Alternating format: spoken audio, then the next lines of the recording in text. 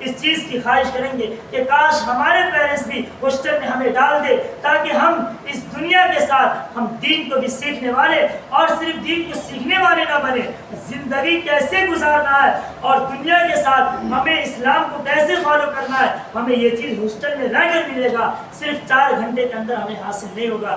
لیکن اگر آپ کا ویوہار بھی ویسا ہی ہو جو ہمارے روز مرہ اسٹوڈنٹ آتے ہیں، تو پھر سمجھ لیجئے کہ آپ محمد کی زندگی کو بدنام کر رہے ہیں، محمد کی زندگی کو بدنام کر رہے ہیں۔ اور اس سے بڑی بات ابھی آپ تمام کے ہاتھ میں سب سے بڑی عزت آپ 2 عالم دین کے ساتھ رہ رہے ہیں جو قرآن و حدیث کی ہر بات آپ کو بتا رہے، پھر بھی اگر آپ کے اندر پڑھنے کا جذبہ اور اچھی باتوں کا جذبہ، ایک دوسرے سے محبت، ایک دوسروں پر شفقت نہیں آیا، تو سمجھ لیجئے آپ کا رہنا یہاں بیکار ہے، آپ کا رہنا یہاں بیکار ہے۔ آپ سے اچھی وہ بچے جو آ رہے ہیں جا رہے ہیں، اتنا تو ہے کہ وہ آ رہے ہیں اور جا رہے ہیں، لیکن آپ یہاں رہ کر بھی آپ نے کچھ حاصل نہیں کیا، تو آپ کا آنا یہاں بالکل نامفید ہے، کوئی فائدہ نہیں ہے۔ آپ اپنی زندگی سے کھلواڑ کر رہے ہیں۔ اگر یہاں رہ کر بھی 24 گھنٹے میں بھی اگر آپ کی زندگی نہیں بدلی، عزیز طلبہ، عزیز اسٹوڈنٹ، تو سمجھ لیجئے دنیا کے کس کونے میں جا کے آپ کی زندگی بدلے گی یہ میں نہیں سمجھتا، میں نہیں جان سکتا۔ اس لیے خدا اپنی زندگی کے اندر بدلاؤ لائیے، اور محمد نے جو طریقہ بتایا ہے اس طریقے کو اپنانے کی کوشش کرے، اور ایجوکیشن کے اندر اور اپنی تعلیم کو فوکس دے، اور زیادہ سے زیادہ ہم اپنا ذہن اچھی باتوں میں استعمال کریں، غلط چیزوں سے ہم پرہیز کریں۔ اگر یہاں ہم اچھی باتیں نہ سیکھیں گے، جو 24 گھنٹے کے اندر ہمارا ماحول ہی ہوتا ہے الگ، جو ہمارے ساتھی آتے ہیں وہ 4-5 گھنٹے کے بعد وہ دوسرے ماحول میں چلے جاتے ہیں، لیکن آپ تو اسی ماحول میں ہوتے ہیں۔ اگر اس کے باوجود بھی آپ کے اندر چینجنگ نہیں آ رہی ہے، تو سمجھ لیجئے کہ آپ اپنی زندگی کے ساتھ، آپ اپنے پیرنٹس کی زندگی کے ساتھ کھلواڑ کر رہے ہیں، اور اپنے ماں باپ کے پیسے کو برباد کر رہے ہیں۔ تو یاد رکھو، وہ موقع دیں گے، ایک زمانہ آئے گا آپ کو وہ نکال کر کسی فیکٹری، کسی ہوٹلوں کے اندر جا کر لگا دیں گے۔ اللہ ہمیں اور آپ کو سنت نبوی کے مطابق زندگی گزارنے کی توفیق نصیب فرمائے۔ وآخر دعوانا الحمدللہ۔